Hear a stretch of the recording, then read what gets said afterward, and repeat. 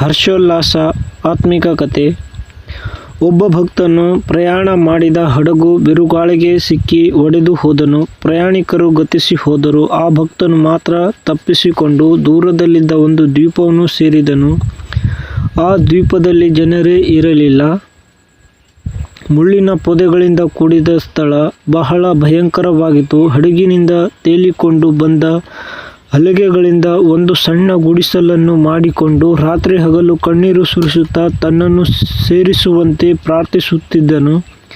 ಹೀಗೆ ಕೆಲವು ವಾರಗಳು ಕಳೆಯಿತು.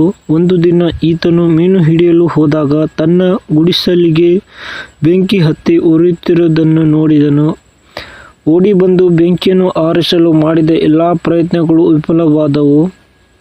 ತನಗಿದ್ದ ಒಂದೇ ಒಂದು ಆಶ್ರಯ, ಅದು ಕೂಡ ನಾಶವಾಗಿ ಹೋಯಿತಲ್ಲ ಎಂದು ಬಹಳ ದುಃಖಪಟ್ಟು ಗೋಳಾಡಿದನು. ಅವನ ದುಃಖ ಹೇಳಲು ಅಸಾಧ್ಯವಾಗಿತ್ತು. ಕರ್ತನು ಗೋಳಾಟವನ್ನು ಸಂತೋಷವನ್ನಾಗಿ ಮಾರ್ಪಡಿಸುವಾತನಲ್ಲವೇ?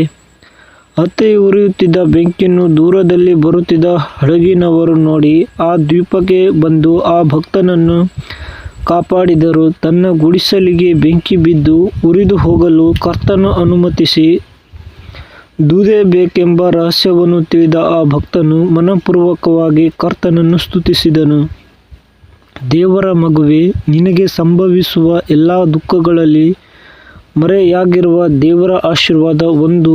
ನಿನ್ನ ಕಷ್ಟಗಳನ್ನು ನಿಜವಾಗಿಯೂ ಕರ್ತನು ಮಾರ್ಪಡಿಸುವನು. ಆತನ ಅನುಗ್ರಹವು ಜೀವಮಾನವೆಲ್ಲ ಇರುವುದು. ಸಂಜೆಗೆ ದುಃಖವೆಂಬುದು ಬಂದು ನಮ್ಮ ಬಳಿಯಲ್ಲಿ ಇಳಿದುಕೊಂಡರೂ ಮುಂಜಾನೆ ಹರ್ಷಧ್ವನಿ ಕೇಳಿಸುವುದು. ಕೀರ್ತನೆ 35ನೇ ಅಧ್ಯಾಯ. ಆಮೆನ್.